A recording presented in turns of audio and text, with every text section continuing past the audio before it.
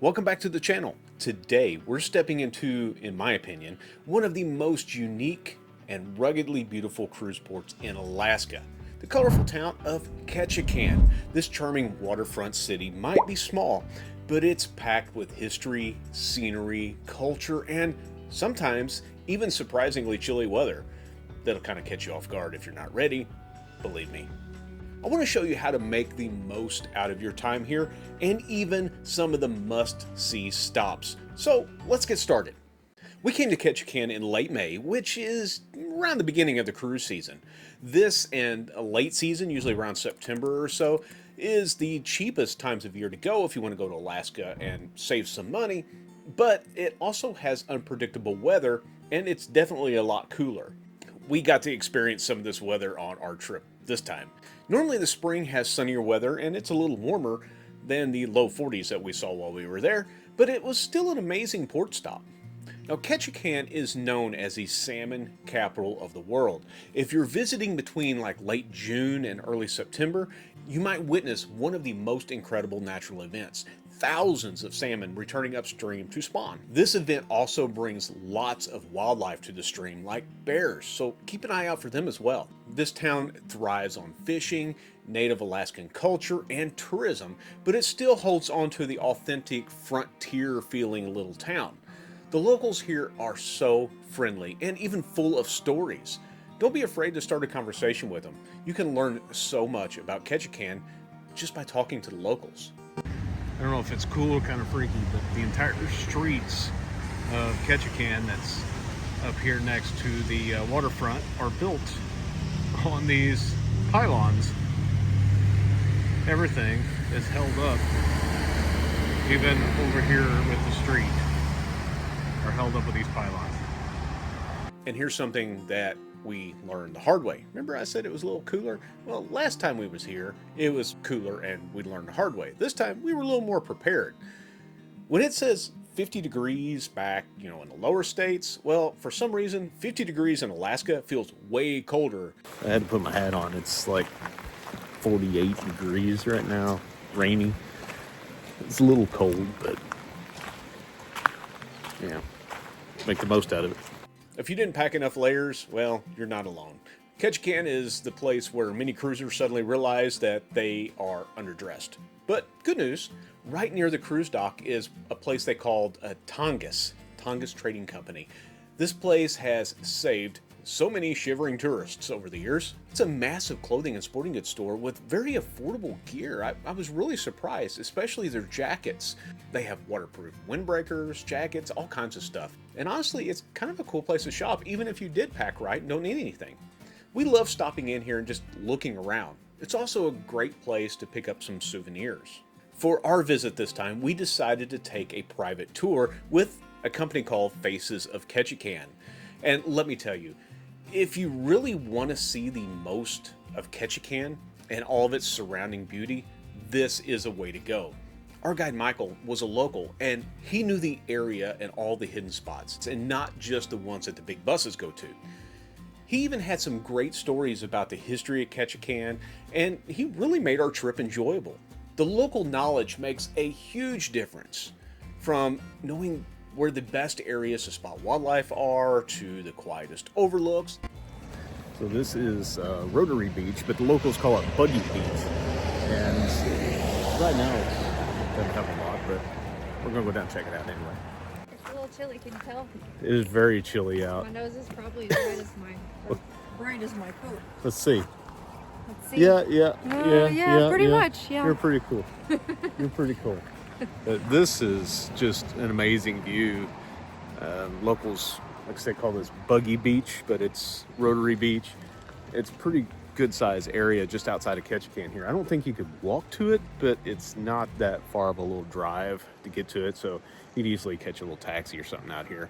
But you just walk around, enjoy nature, and it would definitely be a lot better if it was warmer.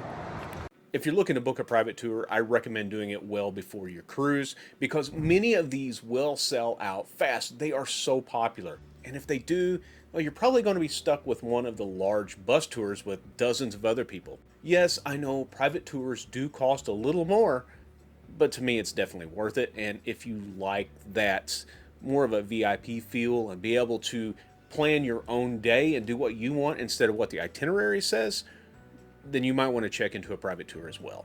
Next up, you have to visit Creek Street.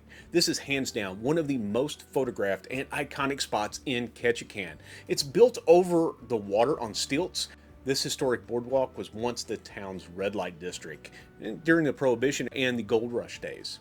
You can still see places like Dolly's House Museum, which was a brothel back in the Gold Rush days. It looks pretty much the same as it did back then. Nowadays, Creek Street is full of character, gift shops, local artists, and salmon literally swimming below you in the creek. Well, if you're there during the right time of year anyway. We came in late May, like I said earlier, so we were there a little early to be able to see the salmon. So this is the salmon walk that you can go on and see where the salmon spawn. Unfortunately, that doesn't really happen until about July, and we're here to May, beginning of June. So if you're here at that time, make sure you come over here and see the salmon walk and see them spawn. If you've been there during salmon season and you got to see the salmon swimming up the stream, let me know your thoughts. Is it really worth coming during that time of year to see? I don't know. Let me know. This area was one of my favorite places in Ketchikan. There was just something about it that made you feel so relaxed and peaceful. I just love strolling these streets and talking to the locals there. It's a place that if you go to Ketchikan, you don't want to miss that. Another place that you need to go visit is Saxman Native Village. They have a ton of authentic totem poles there, and if you really want to get a deeper sense of Alaska's indigenous heritage, well, Saxman Native Village is definitely a must-see. It's just a short drive from downtown Ketchikan and is home to one of the largest collections of authentic totem poles in the world. These aren't just decorations. They tell the stories of the native people, their history, legends, their lineage, and they're all carved into towering cedar poles. It's powerful stuff, and being there really helps you appreciate the deep roots that this land has to offer. You can also see local artisans that work on carving in their little carving shed that they have. These guys are creating new totems. If some of the older ones fall down or get destroyed or something, they will recreate these totems and put them back. And when they do it, they use traditional techniques. It's all the same technique that they used way back in the day. And from time to time, you might even catch a traditional native dance performance. Now, they didn't have one while we were there. It was rainy and kind of nasty out that day, but we've always heard great things about it. Just know that it is something that happens occasionally and adds even more to your experience. If your tour includes Saxman, you're in for something special. If not, it's worth looking into on your own. We visited as part of our private tour, and having a guide who knew the history and could explain the stories behind each totem pole really made a huge difference. These poles are fascinating on their own, but when someone brings the stories to life, it really adds a whole new layer of meaning. If you have time, check out the Totem Heritage Center or the Southeast Alaska Discovery Center. Both are walkable from the port. If you're feeling adventurous, you can also kayak along the coastline or even book a float plane tour over the misty fjords.